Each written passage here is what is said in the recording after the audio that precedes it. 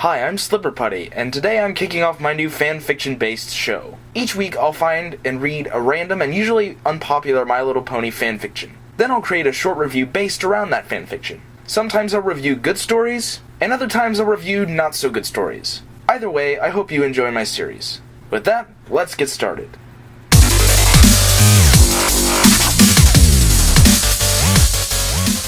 Today's story is a sad slice-of-life human story by author Blitz Stratus called Philly in the Snow.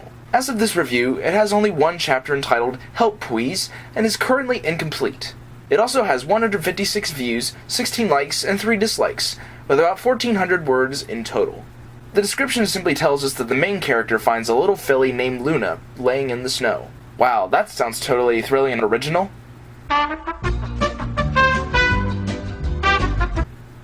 Yep. As the story opens up, we see that the story is told in a second-person point of view. Now, I know that some people are big fans of this, but personally, I'm not. If the author knows how to use second point of view to his advantage, and makes you feel like you are the one who's doing all the awesome stuff in the story, I don't mind too much. But I can't really relate to the character that Blitz Stratus has created. We first learn that you apparently hate Chicago. Could have gone anywhere, but no, I just had to pick the Windy City. What? Why were you forced to pick Chicago? We have no background information to work with. Maybe we just all have an inner hatred inside Chicago when we're born. So we find out that you've been having a rough day with all kinds of things happening to you. From your boss docking your pay, then getting accused of stealing supplies, then to your car taking a dump causing you to have to walk home from work. Wait, what was that last part? Then to your car taking a dump causing you to have to walk home from work. What on earth does that mean? Did you take a dump in your car? Did your car take a dump? How is that even possible? You continue to mope until you hear some crying sounds in the distance. You leave all your whining and complaining behind and race through the snow without even slipping once. Then you hear a voice crying. Help, please? Aww. You assume that some kid is in trouble, after which the voice stops. Thinking that you're too late, you desperately try to locate the source of the noise when you hear a whimper from beneath the snow. Without thinking, you quickly turn and dive headlong into the icy bank of snow, digging away at it as fast as your arms will let you. Time seems to crawl by as your hands start going numb by the cold, but you still continue to dig. Okay, first off, why would you dive headlong into a bank of icy snow? That's fairly illogical, even if you are going to be doing some digging. Second, your hands are apparently already getting numb. Was it really that deep of a snowbank? Was it minus 20 degrees outside or something? There's no way that your hands should be getting numb that fast. Unless you were holding them against a metal pole for 20 minutes before you started digging. So after digging through the mountain of snow, you discover a cardboard box. Gee, does that sound familiar? You open the box and see a pony. Gee, does that sound familiar?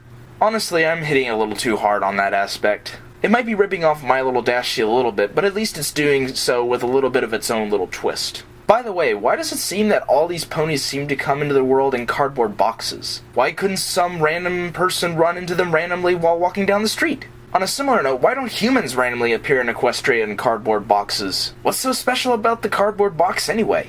You apparently have no knowledge of the My Little Pony universe. Always a plus for me.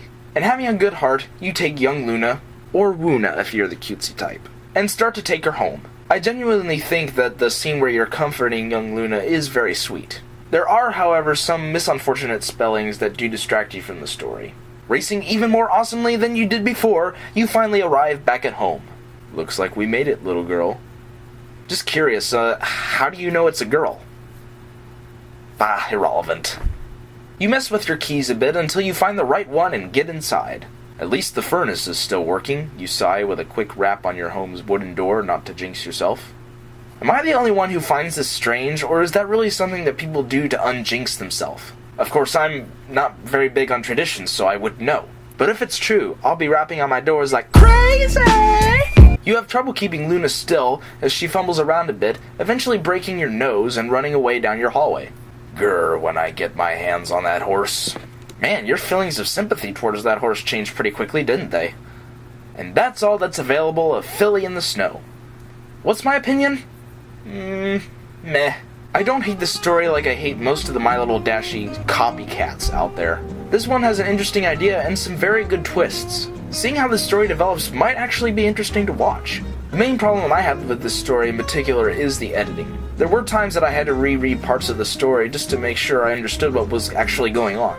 It's not that I hate grammatical errors entirely, I can understand a few slip-ups. But if they're constantly happening throughout the story, then I do tend to take it quite seriously. The best advice I can offer for fixing grammatical errors and such is to get an editor or read the story out loud for yourself to check for mistakes. Overall, I give this story a rating of 5 out of 10 slippers. It's an interesting storyline, and I'll probably follow it to see what happens, but the poor editing really brings my personal rating down. But don't let me be your sole influence. Go check out the story yourself by clicking the link in the description below. Let Blitz Stratus know what you liked about the story, and give him some suggestions as to how he could improve it. I'm only here for comedy's sake, so it's probably not a good idea to listen to everything I say. Although I will try to take over your mind. Forever. So until next time, I'm SlipperPutty. And here's Bro Hoof for you, my bronies.